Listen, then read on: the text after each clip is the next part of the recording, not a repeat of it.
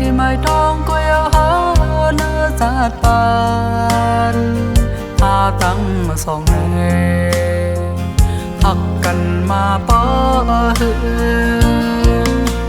ไปถึงเดียงอันหาเคยเป็นสัมมาขึ้นเลยพายันกันยันเงินคำเจิมไง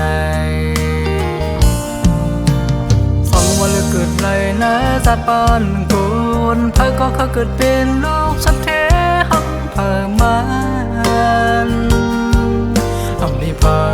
เคยเกิดเป็นลูกโกนผ่านอันเป็นมาเนื้อจะอังเส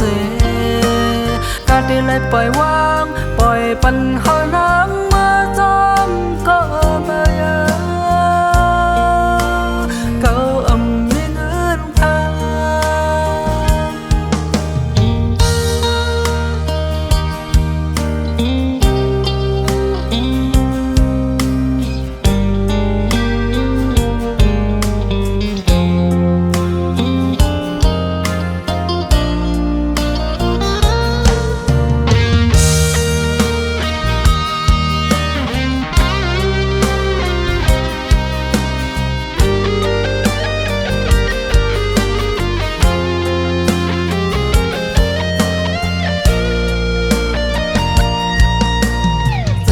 ก่อนมาแลกเก่าเป็นเลยที่ไม่ต้องก็ยาหาเนื้อจัดปานหาตั้งมาสองแห่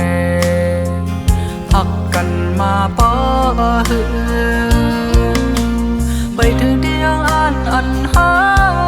เคยเป็นสัมมาขึ้นเลยพายันกันยันเงินคำเจิมไงฟังว่าเลยเกิดเลยนะจัดปานกุ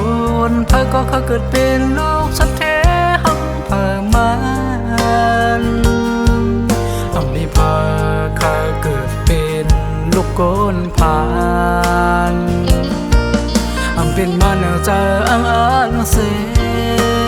การที่เลยปล่อยวางปล่อยปัญหานัง